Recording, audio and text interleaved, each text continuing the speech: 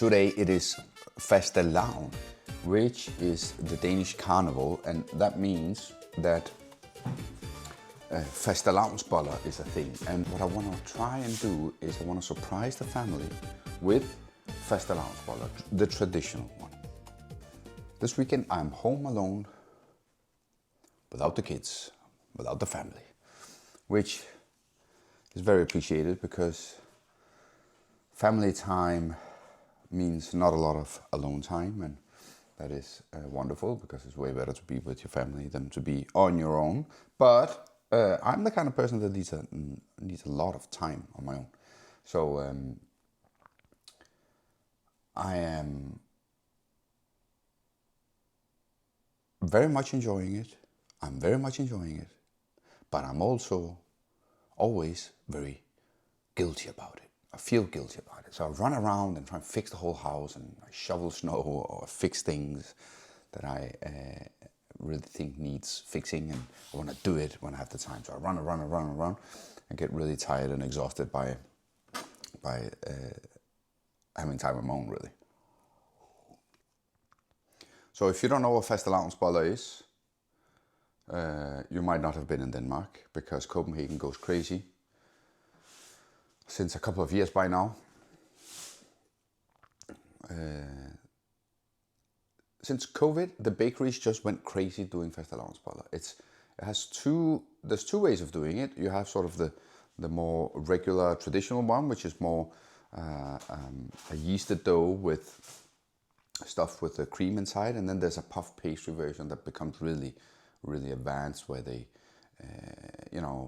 back in the day in my restaurants, in my bakery, we also used to do it. It just gets fun, expensive, and it really become a thing. But as with everything, there's nothing better than making it yourself. So I want to do it, and I want to make the traditional one, and I want to take the time to just touch on another subject now that we're at it. Because, I am a chef with 25 years of experience, and still, the way I will go about doing this is like everybody else. What I do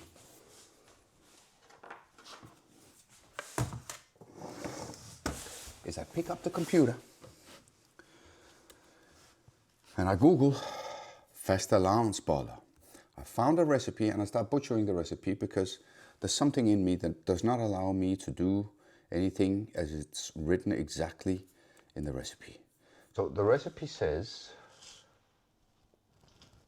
100 butter, 25 yeast, which is a shit ton, 70 whole grain flour, not happening. We're going into 400 flour instead.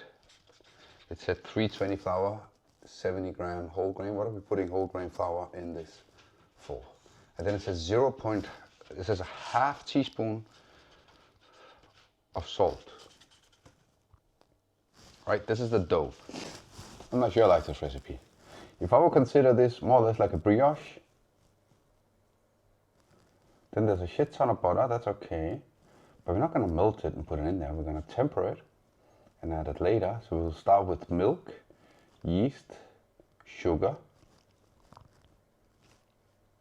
mix in the flour, add the salt and the enzymes, and then I'll whisk in the butter. Then I'll mix in the eggs and then the butter. All right, so do it a little more as a brioche.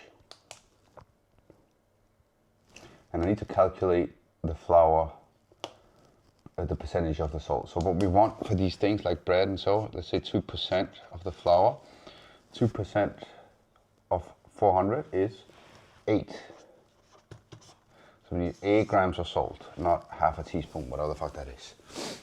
All right. It always goes when I start off some sort of project like this, I don't have the ingredients. So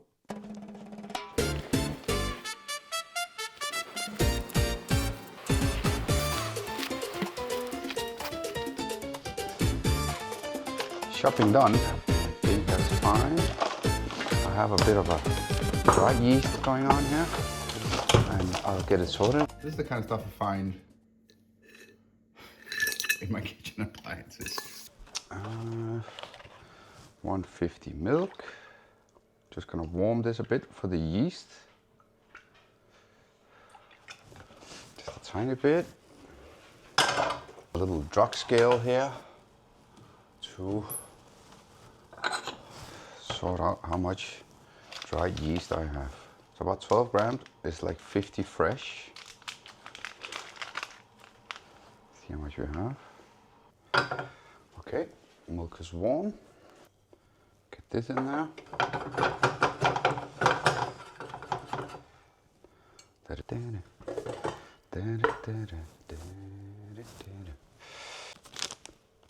Now enzyme is very much frowned upon, and I think it's a little misunderstood.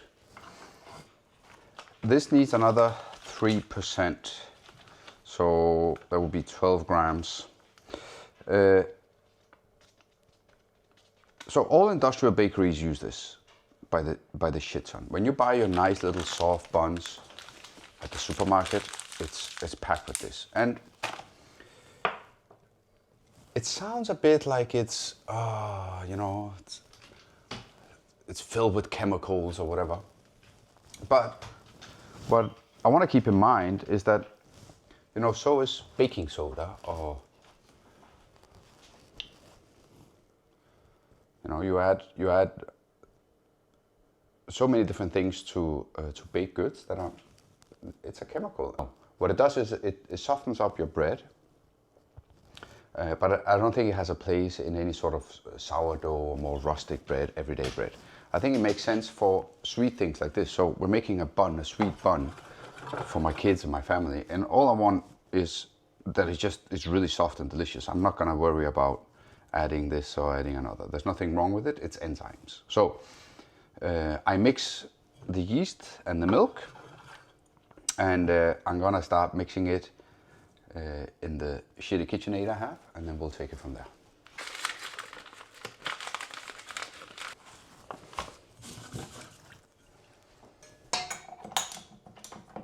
Now I use a paddle because I find that most doughs don't really do well to begin with if I don't use the paddle.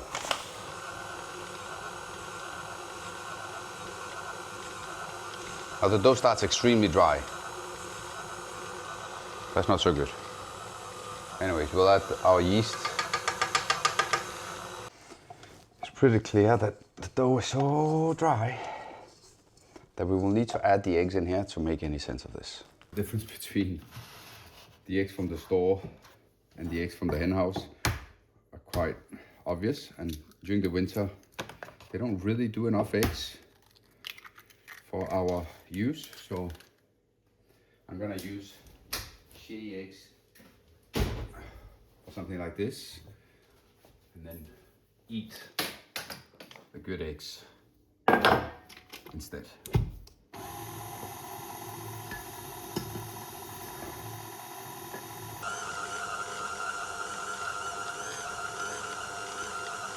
It's a little too warm, I believe.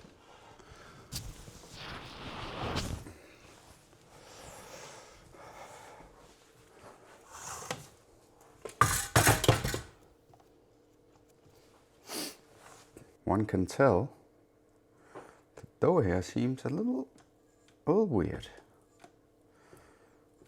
It doesn't feel right to have it so dry to begin with and then adding such a big amount of butter. It's not, you need a lot of strength to hold on to that butter. And when the dough's so dry, it's difficult for the structure, for the gluten to tighten up. Let's see how this goes.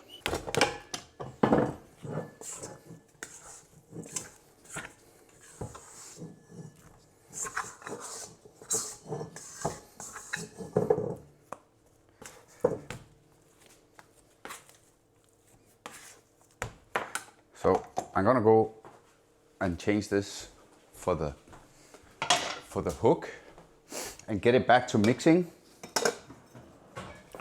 because it's not developed at all, and I think it needs some work. The problem is now that the butter is will be challenged by all this kneading. But let's see.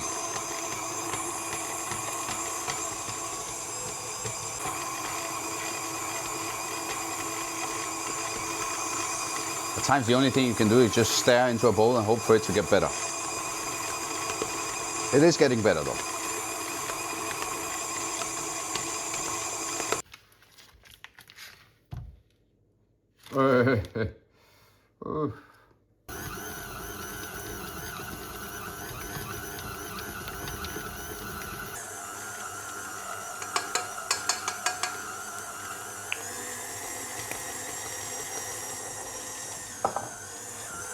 I had forgotten to put the cardamom, but there it went.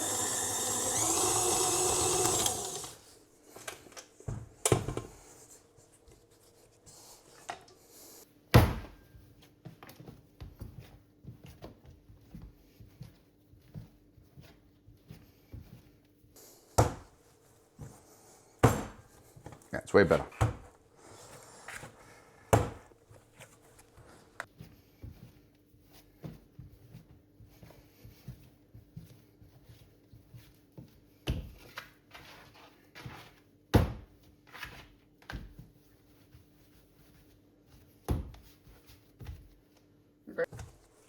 Okay.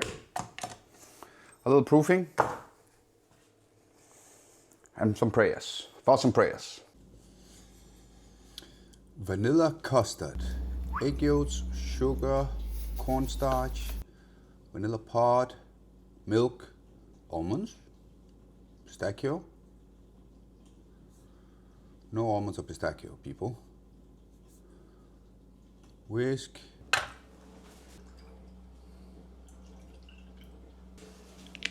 Use milk. Ready? Some sugar.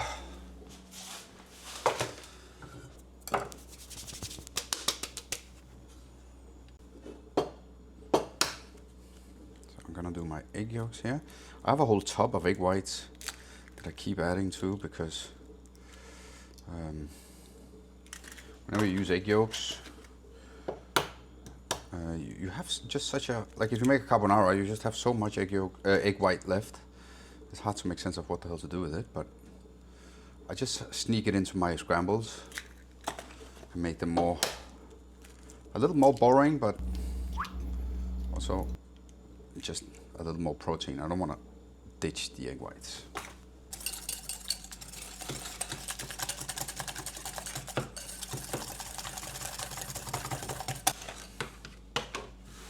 So final thing, we need the cornstarch in there.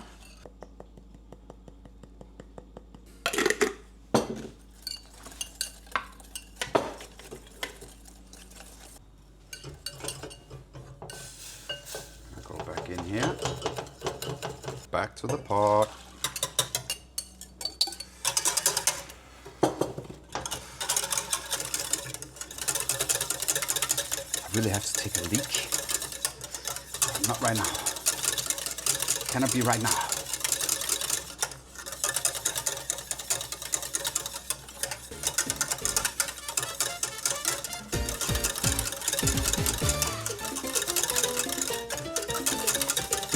Now, cornstarch makes this a lot easier, so you don't need to be too much afraid of it. Here we go.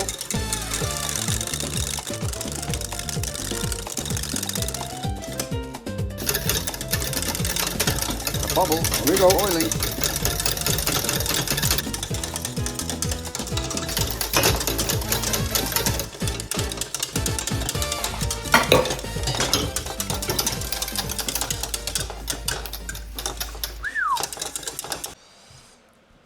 I had to move the dough to the heater, where it seems to be doing pretty okay.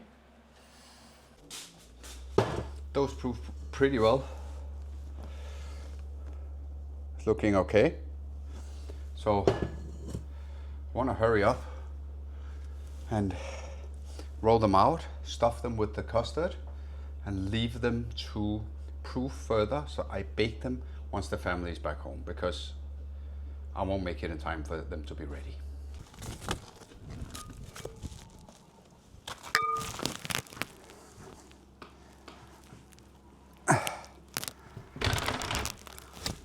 vanilla custard outside is done cooling. Yeah. Oh yeah. It's nice and thick.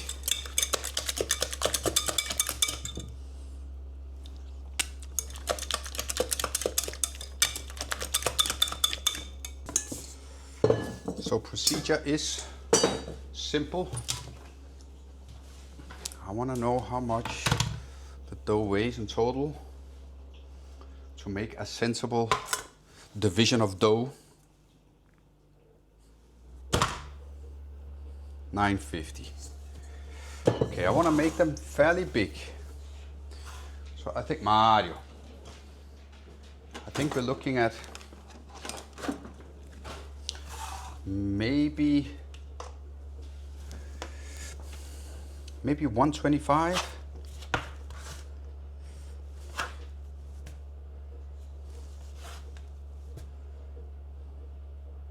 That's big. I like it.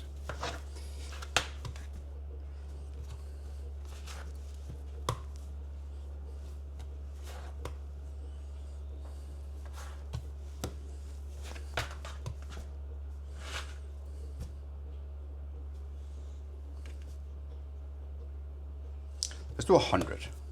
100 grams. It's a little more, I don't know. Feels less risky.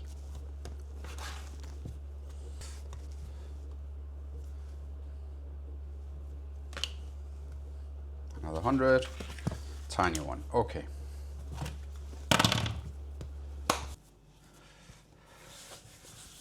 I want to try first round them off a little bit. So I have a round starting point.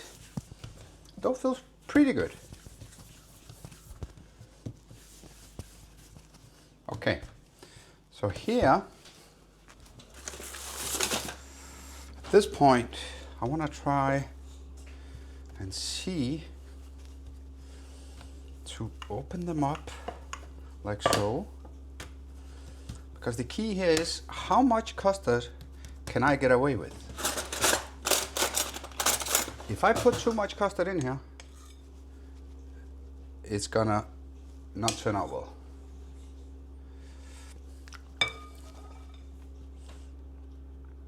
I think this is pretty much what I can do. All right. 1.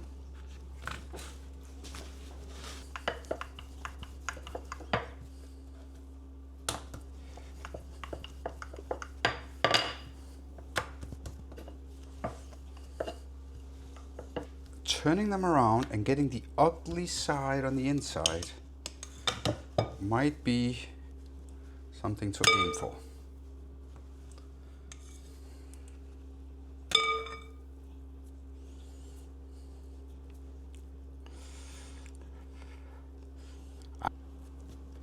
Because once it's in there, I cannot handle it too much.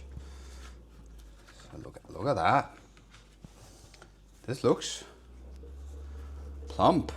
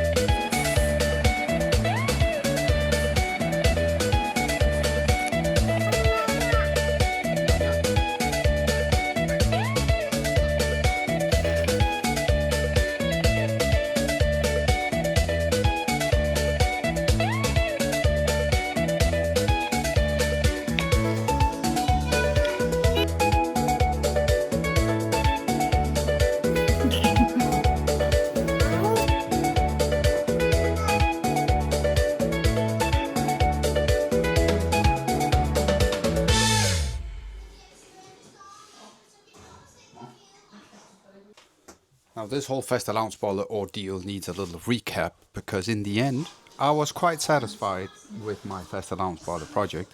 My family was really excited, even though they just brought the chaos on me before I got to finish them.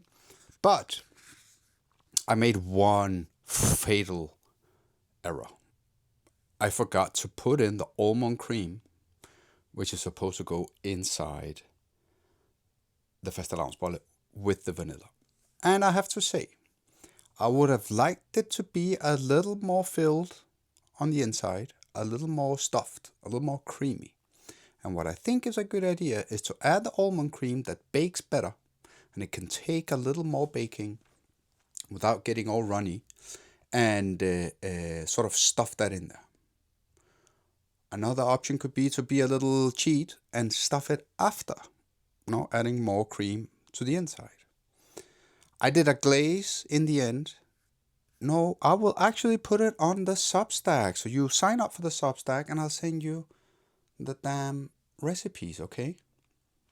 And I think it was good. It was fun.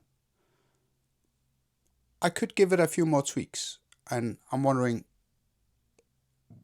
what you get out of it. Did you actually try and make this recipe, and did it work out for you? I enjoyed it. So did my kids.